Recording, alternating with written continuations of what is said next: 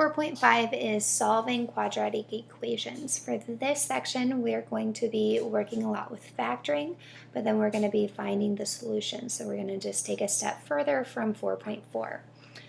So for this first example, we have y equals x squared minus 5x plus 6. Okay, so whenever there's a y equals, we can just put a 0 here. And then we're going to factor this left-hand side. So we take our a times our c, we get 6. So we need to see what combination multiplies to 6 but adds up to negative 5. So for this one, it has to multiply to equal a positive number. So they're both going to have to be positive or both be negative. But it has to add up to negative 5, so they both have to be negative. If both of these were negative, that wouldn't work. So it has to be negative 2 and negative 3. So then I plug that in. Now in the factoring section, we would be done. But now it's an equation, we have to solve for it. So if this is going to, the product is going to equal 0, then one of these has to equal 0. So we set them both equal to 0. So x minus 2 equals 0 and x minus 3 equals 0. Solve for them, we get plus 2, so x equals 2, plus 3, x equals 3. So those would be my two final answers, x equals 2 and x equals 3. Now, if I were to take a look at the graph of it, how I'm going to be able to tell is these two numbers are going to be where my parabola crosses the x-axis. So it crosses at positive 2 and it crosses at positive 3. So that would be a quick way that I could plug this into my graphing calculator and see if my solutions are accurate. Now this next one, notice how it's not set equal to 0. So if it isn't, I want to do that first off. So I add 12 on both sides. So I get x squared minus 7x plus 12 equals 0. And then I'm going to factor it. So I take a look at 1 times my 12, I get 12. What multiplies to 12 but adds up to negative 7? So it would be the 3 and the 4. Both of them would have to be negative, so I plug that in. And then I set them both equal to 0. I solve for them. And I get x minus 3 equals 0, or x equals 3, x minus 4 equals 0, so x equals 4. So if I were to graph it, that's where it's crossing the x-axis at 3 and 4. This next one, it's not set equal to 0, so that's my first step. I'm going to subtract the 2 over it and then add 2x over. So if I add the 2x over, those cancel out. I subtract the 2 over. So I put it underneath the like terms so I can combine them. So I get 32x here and 12 here. Now this one, the a is not 1, so I'm going to have to do by grouping. So I take my a times my c, I get 60.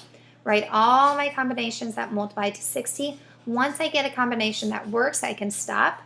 So I need to have it add up to 32.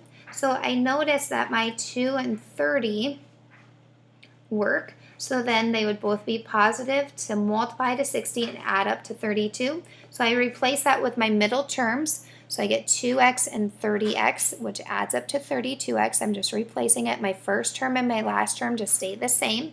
And then I do my grouping. Group the first two, group the last two. What goes into the first two terms is x, so I factor that out. What I have left over is 5x plus 2. What goes in these last two terms is 6, so I factor that out. What I have left over when I divide both of these by 6 is 5x plus 2. What's inside parentheses is the same, so that's good. That's my one set of parentheses. What's on the outside is then the other set of parentheses. My last step, I need to find my solution, so I set them equal to 0. I solve for them. I'm just going to get the opposite here, so negative 6. This one, though, I set it equal to 0. I get minus 2, divide by 5, divide by 5. I'm going to get a fraction negative 2/5. So those are my two solutions.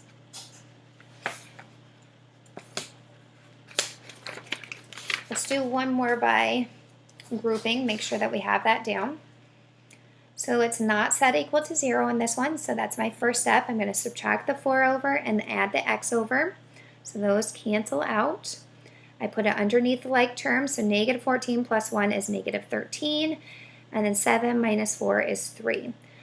I can't factor out a greatest common factor. It doesn't have one. So I take my a times my c. I get 12. I write the combinations that multiply to 12 but adds up to negative 13. So I'm going to have this top combination and them both be negative. Then I plug that in, replacing the middle term. I do my grouping, group the first two, group the last two. So an x goes into both of them, so I factor out an x, and then 4x minus 1 is left over. I'm going to factor out a negative 3, and then I have 4x minus 1 left over. So So then the 4x minus 1 is my one set of parentheses, the x minus 3 is my other. I'm going to set both of those parentheses equal to 0 and solve for them, so I get x equals 3. This one I would have to plus 1, divide by 4 on both sides, I get x equals 1/4. So if I were to graph it, those are the two places it's crossing the x-axis at. Now my final type of problem that we're going to take a look at is writing a quadratic equation with the given solutions. So they're now telling us the solutions, and we want to work back up to the equation, so we're going reverse order. So they're telling us it crosses the x-axis at -6 and 0. So when I plug this into my equation, I'm going to plug in the opposite. So instead of -6, +6. Instead of +0 or -0, I can just put x. And then that would be my equation in factored form. If they want it in standard form, just go ahead and distribute this. So I'd get x squared plus 6x. So let's try another one. If my solutions are 4 and -5, I'm going to plug in the opposites. So -4 and then +5. If they want it in factored form, I'm good. If they want it in standard form, I'm going to have to distribute the x. So x times x is x squared. X times 5 is 5x. Distribute the -4, so -4x and then -20. Combine my like terms, so 5x minus 4x is 1x. So I have x squared plus 1x minus 20. So this would be standard form. And if I wanted to check my answer, I'm just going to go and graph this on a calculator and see if it crosses at 4 and -5 on the x-axis.